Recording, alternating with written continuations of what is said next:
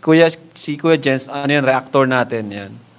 Official reactor. Hello mga kalingap! Welcome back sa aking YouTube channel, Kuya Jens. So kung bago ka lang sa aking YouTube channel, huwag pong kalimutan mag-subscribe at click the bell button para like ang updated sa ating mga bago-upload na video. At huwag po natin kalimutan suportahan ng Butim Kalingap sa panguna ni Kuya Val Santos Matubang, Ate Edna Vlog, at syempre Kalingap Rob.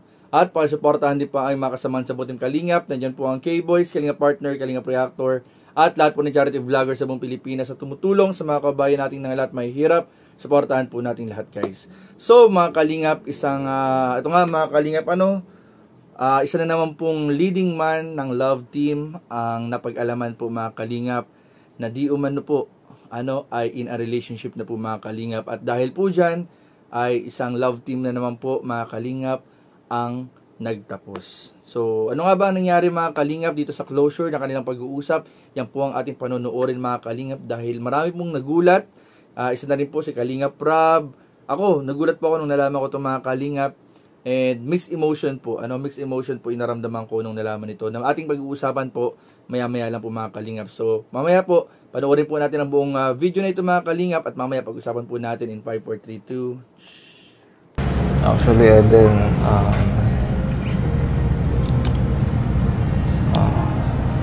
di na ako pwede. They are traveling just ahead of us. Pwedeng showing the way when sa atin. bakit naman? Dahil ba dun sa mga nangyari? Hindi. Sorry kung Hindi yung dahil nakaraan naging busy ako. And kung may tampo ka man, pasensya na din. Di ayaw kong isipin mo na dahil yun dun sa mga sinabi ko. That time, nagkasabay-sabay lang lahat ng naging problema ko. And feeling ko kailangan ko din siyang i-voice out. And then, ayun, pasensya ka na. Gusto ko din mag-sorry sa'yo kung that time. Nakita ko naging emotional ka. And naiintindihan ko naman yun kasi may problema ka din and di kita na-replyan nun. Okay na naman. And simula nung sinabi mo sa akin yun, naintindihan ko na. Basta huwag mo na lang walang masyadong isipin kasi hindi dahil sa'yo yun. Akala ko pa naman masaya tayo and gusto ko pa naman sana tuloy-tuloy yung vlog hanggang sa makatapos ako. Ay kaso, iniisip ko din. Bakit? Ano ba talaga yung rason mo? Gusto ko lang naman malaman.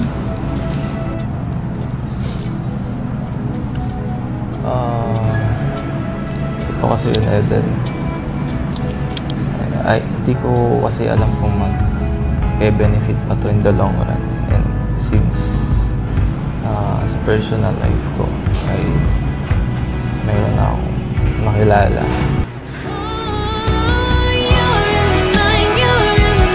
Magkaroon na din ako ng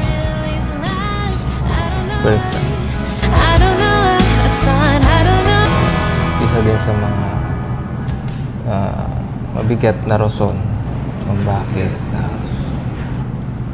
alam mo yun, pinili ko na bumitaw na lang din sa Love Team. I know disappoint ka sa akin na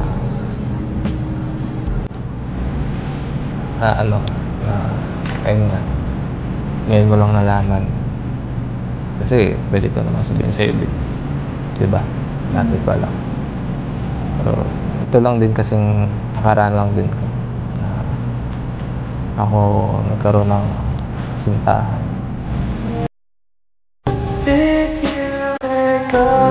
Pasensya ka na kung ganun lang nangyari. Ayaw ko lang din kasi masaktan pa kung ipagpatuloy ko. Diba? Parang niloloko ko lang yung sarili ko. Yung dalawa. So, gusto ko na lang din maging honest sa'yo sa mga supporters natin. Alam ko may masasabi at may masasabi sila, pero ayun, yun yung totoo. And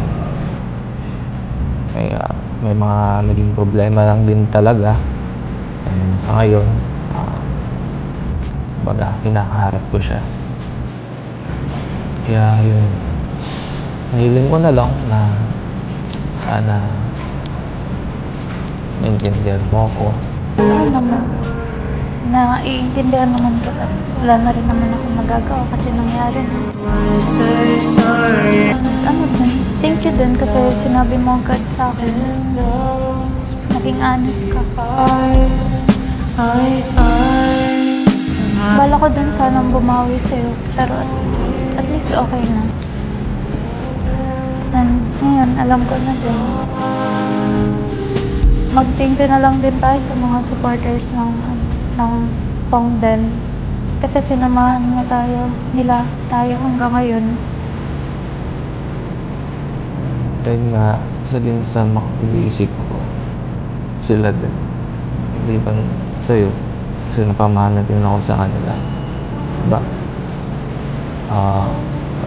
Medyo nakaka-lift up din lang. Sa akin yung mga comments nila minsan, miss na nila tayo, ganito, ganyan, na alam mo yun, nagsusuporta sa atin ng mga comments. Tapos parang ganito yung nangyari.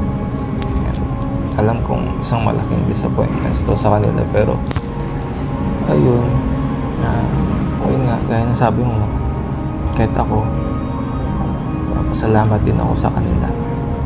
Kasi right until now, nandyan yung suporta nila. And siguro kahit huwag na sila mag-support sa akin, pero ang pinapag-pray ko na lang, yung suporta nila ay manatili sa'yo.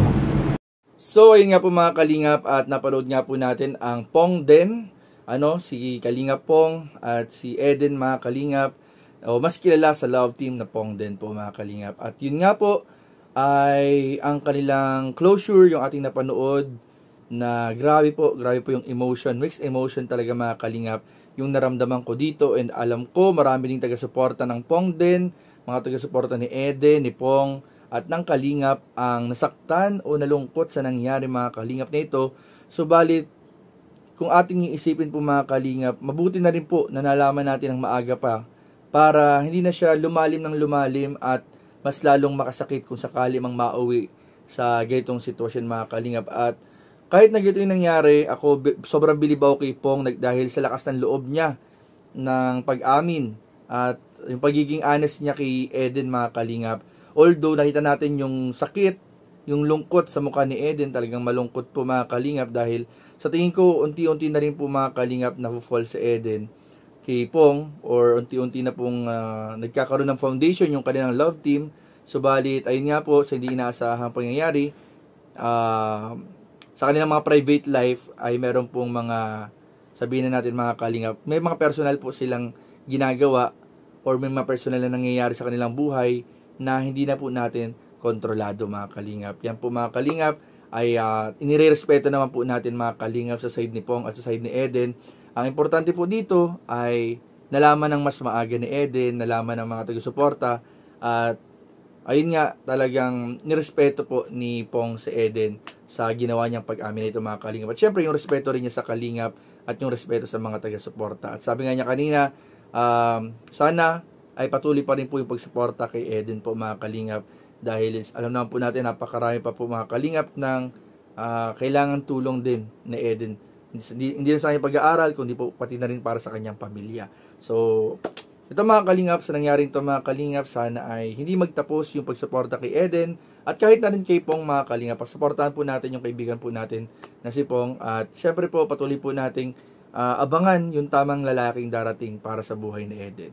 So, yun lamang po, at maraming po salamat sa panonood. Please don't forget to like, comment, share, and subscribe sa ating mga video. Maraming po salamat. God bless. Bye-bye.